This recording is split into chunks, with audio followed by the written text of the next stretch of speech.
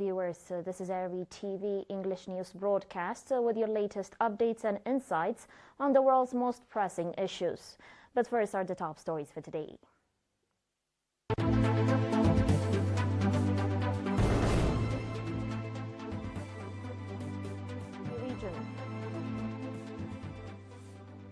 The water reservoir in the central region reported to be in good condition.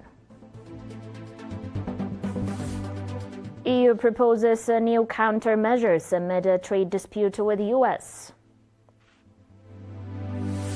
And US and German defense chiefs hold talks in Washington, D.C.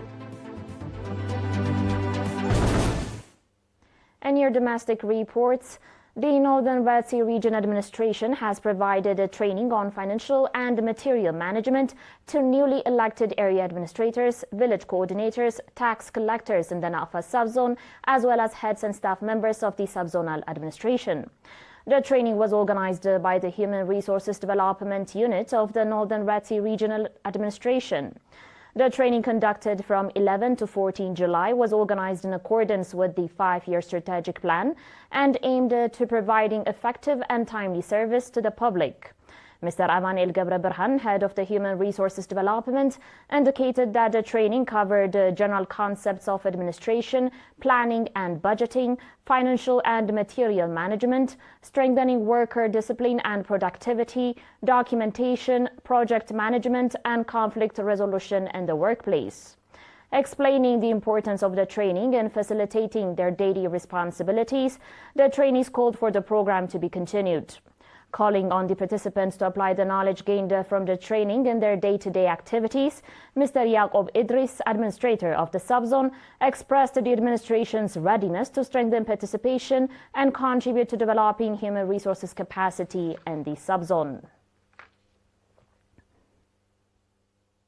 In other news, Engineer Abraham Daniel, head of agricultural infrastructure in the central region, reported that the dams and micro-dams in the region are in good condition. Indicating that there are 87 dams and 45 micro-dams in the region, Engineer Abraham said that they have collected a total of over 70 million cubic meters of water. He further noted that 12 of the dams, with a combined capacity of over 50 million cubic meters, are supplying potable water to urban and rural residents, while the remaining ones are serving agricultural development and household needs. Engineer Abraham also said that the construction of the dams in Arbarobe and Durfo have been finalized this year, while construction of the dams in Adhawish is ongoing. He noted that the dams constructed in collaboration with the public and members of the defense forces have brought satisfaction to residents and are contributing to the enrichment of the underground water in the areas. He also called on the public to conduct regular follow-ups to ensure the sustainability of the dams and micro-dams.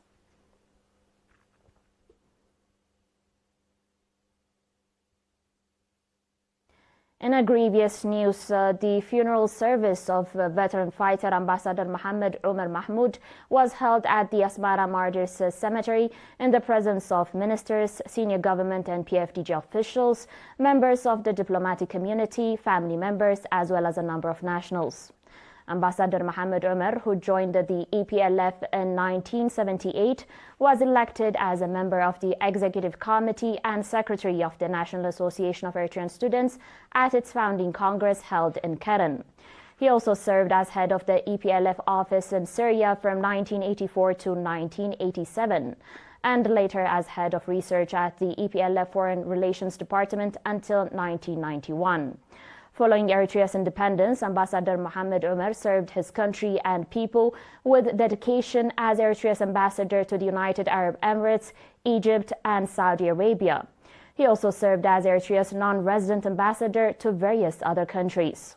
Veteran fighter Ambassador Mohammed Umar Mahmoud is survived by his wife and 2 children. Representatives of the Ministry of Foreign Affairs, the National Union of Eritrean Youth and Students, the Embassy of Saudi Arabia, as well as family members, laid wreaths on the tomb of the veteran fighter. Expressing deep sorrow over the passing of Ambassador Mohammed Umar Mahmoud, the Ministry of Foreign Affairs conveyed its condolences to his family and friends.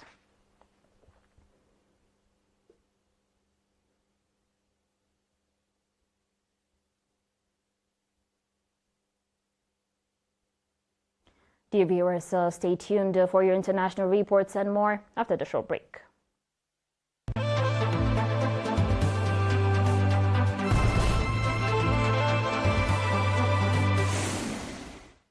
Welcome back. The European Union has proposed a new round of tariffs on U.S. goods worth $84 billion, and this is amid the ongoing trade dispute between the world's largest economy and its biggest trading partner. EU trade ministers met in Brussels on Monday following U.S. President Donald Trump's surprise announcement of new tariffs on the bloc. Lars Løkke Rasmussen, the foreign minister of Denmark, which recently assumed the EU presidency, said the bloc views the new tariff as absolutely unacceptable and unjustified, and is prepared to respond if talks with Washington fail to produce a viable outcome. On Saturday morning, Trump announced a 30% tariff on the EU as of August 1, blaming the bloc for causing long-term, large and persistent trade deficits. In response to Trump's latest deadline, the EU decided to postpone retaliatory counter-tariffs on $24.5 billion of U.S. goods that had to be due to kick in at midnight on Monday until August 1.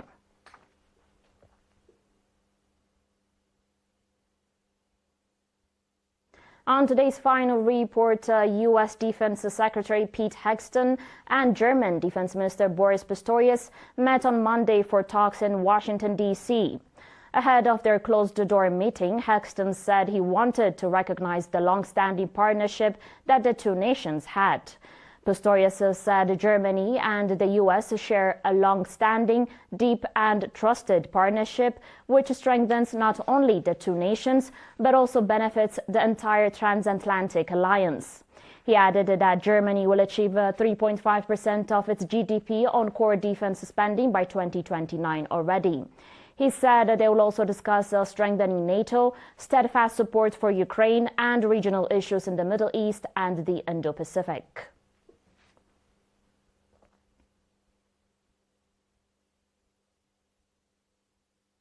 And now a recap of the top stories. Training on financial and material management in the Northern Red Sea region. The water reservoir in the central region reported to be in good condition. EU proposes new countermeasures amid a trade dispute with the U.S. And U.S. and German defense chiefs hold talks in Washington, D.C. Thank you for watching, and we'll be back tomorrow with more news and developments. Until then, have a good one.